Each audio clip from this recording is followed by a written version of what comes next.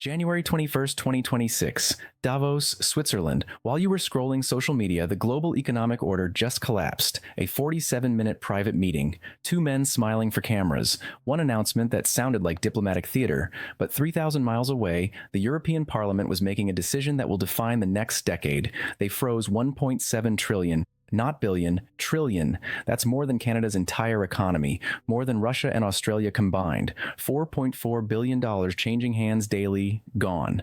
And here's what nobody is telling you. This wasn't about economics. This wasn't about tariffs or trade imbalances. This was about an island covered in ice that most Americans can't locate on a map.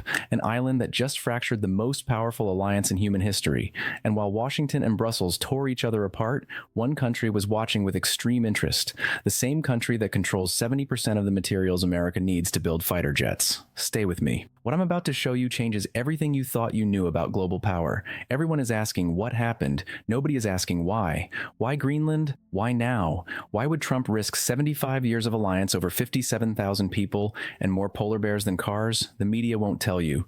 Because the real answer is terrifying. This isn't about ego. This isn't about real estate deals. This is about rare earth minerals, Arctic choke points, and a Chinese strategy that's been decades in the making. Let me show you the chessboard they don't want you to see. Greenland, 216 million square kilometers. World's largest island, 80% ice. Population, 57,000. Sounds irrelevant? Keep watching. Beneath that ice, $1.5 trillion in rare earth elements, the minerals that power everything from your phone to nuclear submarines. Here's the problem. China controls 70% of global rare earth production. Read that again.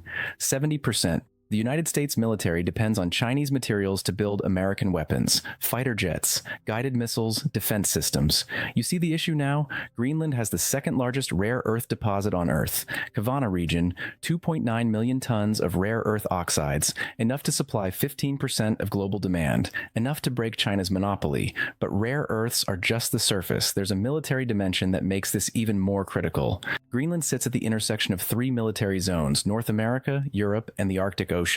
And the Arctic is melting. Climate change, regardless of your politics, is a fact. Ice is receding. New shipping routes are opening, routes that cut transit time between Asia and Europe by 40%. The Northern Sea route along Russia's Arctic coast saves 3,000 nautical miles from Shanghai to Rotterdam. At current rates, $1 million saved per voyage. Multiply that across global shipping, tens of billions annually. Russia knows this. China knows this. Now you know this. Pituffik Space Base, formerly Thule Air Base, 750 miles north of the Arctic Circle. This base detects incoming ballistic missiles. If Russia or China launches nukes at America, Pituffik sees it first, non-negotiable for U.S. national security. Here's the catch. It's on Danish soil. Greenland belongs to Denmark. The U.S. operates under a 1951 treaty. Denmark can revoke it. They haven't, they won't. But the possibility makes Washington extremely nervous. 2018, China declares itself a near-Arctic state. Geographically absurd. China is 4,800 miles from the Arctic Circle. But Beijing doesn't care about geography. They care about access. Every Chinese investment attempt blocked, every port access denied, every mining right rejected. China wants in, America keeps them out. But here's the vulnerability. This only works if Greenland stays aligned with Denmark and NATO. If that relationship fractures, China has its checkbook ready. If you're starting to see the bigger picture, hit subscribe. This goes deeper than you think, and you need to see what comes next. January 7th, 2026. Mar-a-Lago press conference. A reporter asks about Greenland. Trump's response: "We need Greenland for economic and military security. I'm not ruling out using military force or economic force." Military force. Against a NATO ally. The room went silent. Denmark's response came within hours. Greenland is not for sale. Sovereignty is non-negotiable. But Trump wasn't done. January 9th. We'll see what happens. Sometimes persuasion is necessary. January 11th. If Denmark doesn't cooperate, maybe we reconsider our NATO commitments. NATO commitments. The alliance that has kept Europe safe for 75 years. Threatened. Over an island. European capitals erupted. Emergency meetings in Brussels, Berlin, Paris, London. January 14th. Trump's team leaked a new strategy. If Denmark refused negotiations, the U.S. would impose 25% tariffs on all European imports. Not just Denmark, entire EU. Estimated impact $400 billion annually, automotive sector devastated, aerospace contracts frozen, agricultural exports crushed. This wasn't negotiation, this was economic warfare, and Europe had to decide submit to coercion or draw a line. They drew the line. January 21st, same day as the Davos meeting, European Parliament holds emergency session. Vote result, suspension of the agreement on reciprocal fair and balanced trade with the United States. 1.7 trillion frozen. Immediately. This wasn't a policy tweak, this was economic Armageddon. And here's what makes this absolutely critical. While this was happening, someone else was making moves. Moves that will reshape everything. Beijing didn't cause this crisis. They didn't need to. They just watched the West destroy itself. Let me show you exactly what China gained while NATO was tearing itself apart. Within 72 hours of the trade suspension, Beijing moved with surgical precision. Chinese foreign minister in Copenhagen. Not just diplomatic courtesy, this was strategic positioning. Alternative partnership discussions with Denmark. Message clear, if America threatens, China offers cooperation. Greenland's prime minister received invitation to Beijing. State visit, red carpet treatment, $50 billion infrastructure package presented, not loans, grants, roads connecting remote communities, hospitals with modern equipment, schools with technology, port facilities for commercial fishing, airport expansions for tourism, everything Greenland needs, everything Washington threatened instead of offered. State-owned enterprises offering rare earth mining contracts. Joint ventures with Greenlandic companies, technology transfer included, environmental protections guaranteed, profit sharing, 60% Greenland, 40% China. Compared to typical American corporate deals, 70% profits to company, 30% to host country, plus environmental damage, plus exploitation concerns. Which offer sounds better to Greenland's government? Port development, Chinese investment in Nuuk Harbor expansion, deep water facilities for container ships, strategic positioning for Arctic shipping routes. Once those ports are Chinese-financed, they become Chinese-accessible. Airport expansion, 3 major airports upgraded, longer runways, better navigation systems, increased capacity, civilian infrastructure, yes. Dual-use military potential, absolutely. Belt and Road Initiative extended to Arctic territories, Greenland officially invited to join BRI. First Arctic territory, precedent set, Iceland considering, Norway watching carefully, China building economic influence where America maintains military presence, Denmark under pressure, Trump threatened them, China courted them, European allies supported them, but offered limited economic compensation. Copenhagen facing impossible choice. Maintain Atlantic alliance that threatens or explore Pacific partnership that invests. Greenland's government listening, 57,000 people, small economy, dependent on Danish subsidies, seeking independence. Chinese money could make independence viable. American threats make it desirable. This is exactly how China gains geopolitical ground, not through confrontation, through opportunity. January 18th, 24th, Chinese naval activity in Arctic-adjacent waters increased dramatically. Icebreaker deployments doubled. Shuilong and Shuilong 2, China's most advanced polar research vessels, conducting scientific missions in waters between Greenland and Iceland. Scientific research, perhaps, but these vessels carry military-grade radar, sonar mapping equipment, underwater drone deployment systems. They're not just studying ice. They're mapping undersea terrain, identifying submarine routes, locating strategic choke points. Scientific research vessels mapping undersea terrain. International law allows civilian research. No permissions needed, no military oversight. But the data collected has direct military applications. Submarine navigation routes, underwater communications cable locations, sonar shadow zones where vessels can hide. China conducted similar research in South China Sea for years, then built artificial islands, then militarized them, then claimed territorial waters. Arctic research isn't innocent scientific curiosity, it's preparation. Chinese submarines need detailed undersea maps to operate in Arctic waters. Surface ships need navigation data for ice-filled seas. Future military installations need site surveys. All of this is happening now. While NATO argued about Greenland, satellite imagery shows increased activity at Chinese polar research stations, personnel rotations larger than usual, equipment deliveries more frequent, construction materials arriving, building what? Officially upgraded research facilities, potentially dual-use installations that can support military operations. This is the pattern. Civilian infrastructure first, military capability later. Economic investment creates political leverage. Political leverage enables military presence. China mastered this in Africa, applied it in Pacific Islands, now extending to Arctic, and the Greenland crisis gave them perfect cover. While Western allies fought each other, China positioned pieces on the board. January 21st, 21st, the Davos meeting. Trump and NATO Secretary General emerge with framework agreement. Media called it diplomatic success, resolution, de-escalation. Look closer. The framework requires joint consultation on Greenland development, Greenlandic government approval for any agreement, no unilateral U.S. action. Trump wanted control. He got a partnership he can't dominate. He withdrew tariff threats, backed down. First time in his presidency. But damage was done. Trust doesn't heal with framework agreements. European leaders now know the U.S. under certain leadership will threaten them. That knowledge shapes every future decision. Germany accelerating independent defense procurement, France pushing EU strategic autonomy, Poland questioning American security guarantees. The alliance didn't break, but it cracked. And those cracks, China is pouring concrete into every single one. This is exactly what I analyze on this channel. Real geopolitical strategy, not headlines. Subscribe and turn on notifications so you don't miss what happens next. This is interesting, but how does it affect my life? Fair question. Here's the brutal answer.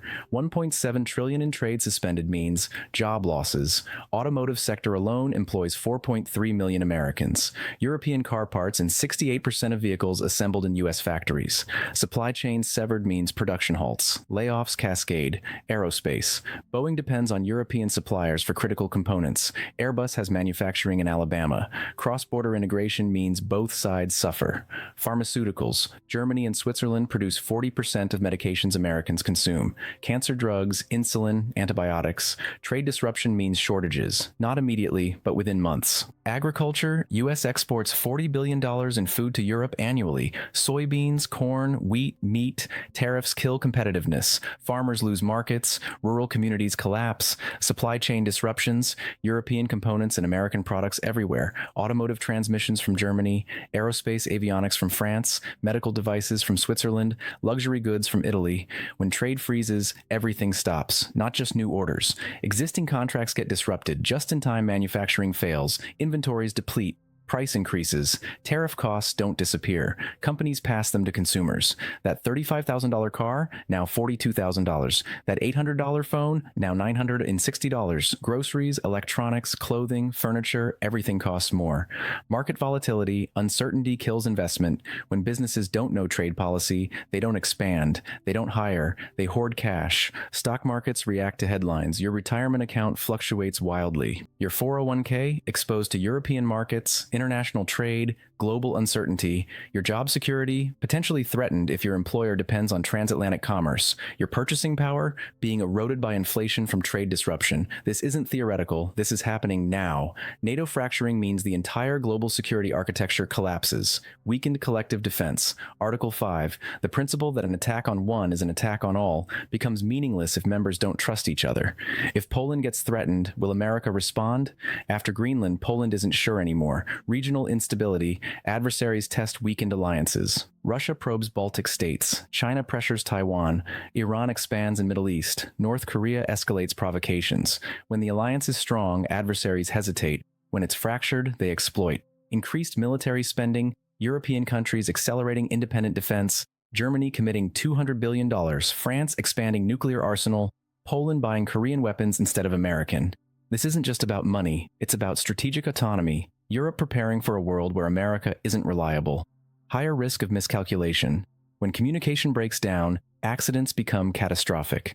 Military exercises get misinterpreted. Intelligence sharing stops. Crisis hotlines go unused. Remember how World War I started? Alliances fractured, miscommunication, escalation spirals. We're creating those conditions again.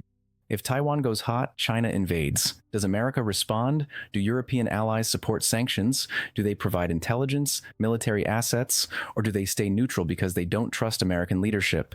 If Ukraine escalates, Russia advances. Does NATO mobilize? Do supply lines function? Do command structures work? Or does the alliance argue while territories fall? If Middle East explodes, Iran closes Hormuz. Oil prices spike. Does the West coordinate response, or does everyone pursue individual interests? A divided West cannot respond effectively to any of these scenarios. China knows this. Russia knows this. Iran knows this. They're planning accordingly. Military buildups, strategic partnerships, alliance networks. While the West fragments, autocracies are coordinating. 70% rare earth dependence on China means America's technological sovereignty is compromised. Supply cutoffs during conflicts. Imagine war with China over Taiwan. Day 1, Beijing cuts rare earth exports. American defense contractors can't build guided missiles. Fighter jet production halts. Navy ship construction stops. Not in months, in weeks. Technology development stalled. Rare earths aren't just military. They're in renewable energy. Wind turbines need neodymium magnets. Electric vehicles need dysprosium. Solar panels need indium. America's green energy transition dependent on Chinese materials. Defense contractors compromised. Lockheed Martin, Raytheon, Boeing, they all depend on Chinese rare earths for precision-guided munitions. F-35 fighters use rare earths in engines, avionics, weapon systems. China doesn't need to attack America militarily. They just need to turn off the supply. Economic leverage weaponized. Beijing already did this to Japan in 2010. Territorial dispute over islands. China restricted rare earth exports. Japanese manufacturing crashed. Tokyo capitulated. If China can do that to the world's third largest economy, imagine what they can do to America. American weapons built with Chinese materials. The irony is devastating. The missiles designed to defend against China are built with materials China controls. That's not just strategic vulnerability, that's potential catastrophic failure. Greenland's rare earths could break this dependency, could give America supply security, could shift the balance. That's why Trump wants Greenland. That's why China is watching so carefully. That's why this crisis matters so much. This isn't about an island. This is about who controls the materials that define 21st century power. Don't panic, prepare. Diversify investments, reduce European market exposure, rebalance, don't abandon. Consider commodities, rare earths, defense stocks. Monitor your sector. Transatlantic trade dependent, automotive, aerospace, pharma, agriculture, pay attention. Have contingency plans. Build financial buffers, 6 to 12 months expenses liquid. Economic volatility means unexpected disruptions. Stay informed, stay skeptical. Media will say everything's fine or total disaster. Neither is true. Situation is serious but manageable. Engage politically. This is political. Leadership matters. Alliances matter. Vote accordingly. If you want to track these developments in real time with deep analysis, subscribe now. I break down what mainstream media won't tell you. We're at a crossroads. January 26, 2026, crisis diffused, framework deal holding, trade suspended, not dead. Everything paused. But pause isn't resolution. 3 paths forward, only one keeps the West intact. US and Europe rebuild trust. Trade negotiations restart. NATO cooperation deepens. Greenland developed through partnership. China locked out. Western alliance emerges stronger. Possible? Yes. Likely? No. Requires leadership willing to prioritize alliance over ego. Compromise, patience, long-term thinking. Not exactly abundant qualities right now. Trade deal stays suspended. Security cooperation reduced. Relationship becomes transactional, not strategic. Partners, not allies. Most likely outcome near term. Problem, inherently unstable. Every crisis tests it. Every disagreement risks escalation. Relationship degrades over time. Alliance doesn't collapse dramatically. It just becomes irrelevant. Next crisis emerges. Taiwan, Ukraine, Middle East, trade. US makes unilateral demands. Europe refuses. Positions harden. Economic warfare for real. Countries leave NATO. Alliance fragments. Worst case? Yes. Unthinkable? No.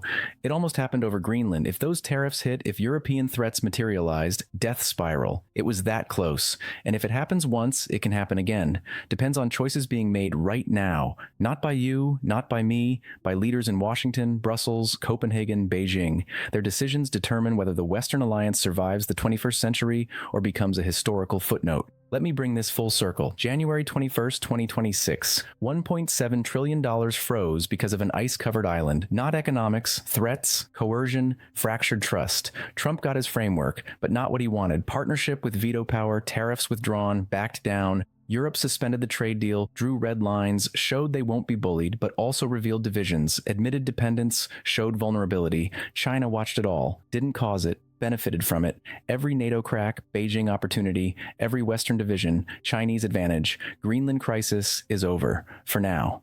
But the pattern continues. The next crisis is forming somewhere. Taiwan, Ukraine. Something we haven't imagined. Alliances that kept the democratic world safe for 75 years are under stress like never before. Not from external enemies, from internal dysfunction. If these alliances break, the world that emerges will be more dangerous, more authoritarian, less free, for everyone. Will we recognize this reality before it's too late? Will leaders choose alliance over ego, cooperation over coercion, long-term stability over short-term politics? Greenland gave us a glimpse of what happens when those choices go wrong. $1.7 trillion frozen, NATO on the brink, China gaining without firing a shot. This story isn't over. Framework bought time, not solutions. When the next crisis hits, and it will hit, you'll want to see it coming. Subscribe, hit the bell, because I'll be here breaking down what happens next while everyone else is playing catch up. The warning has been given, the pattern is clear. The only question is anyone listening? Thanks for watching. See you in the next one.